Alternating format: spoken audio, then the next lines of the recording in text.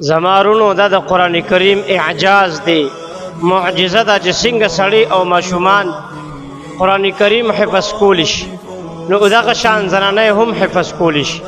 په امهات المؤمنین کې د ټولو نه مخکې حضرت عایشې او حضرت حفصه رضی الله تعالی عنهما مکمل قرآن کریم یاد کړو، بیا وروسته نور صحابیات هم قرآن کریم یاد کړ او دا سلسله همداسې روانه وه.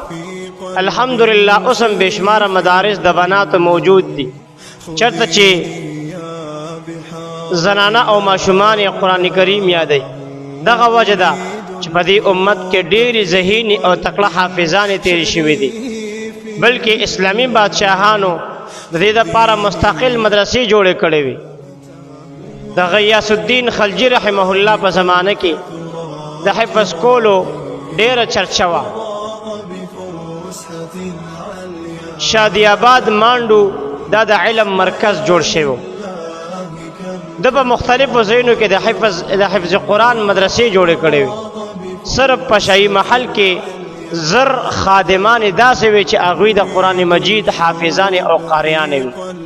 نو چې کله خادمانې قاریانې وي نو د شاهي خاندان زنانه خو په طریقه اوله سره حافظانې وي.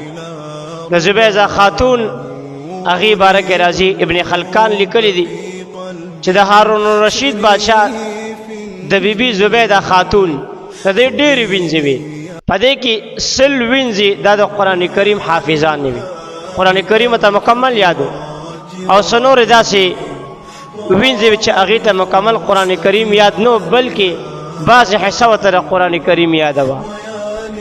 زبیده خاتون په خپل محل کې د حافظانو له د حافظاتو له زنانو له چې چا قرآن کریم حفظ کړو، هغې له داسې یو ترتیب په دې محل کې جوړ کړو چې 40 ګنټې به د دې په محل کې د قرآن کریم تلاوت جاری و او د قرآن کریم د تلاوت آوازونه به ترې راتلل.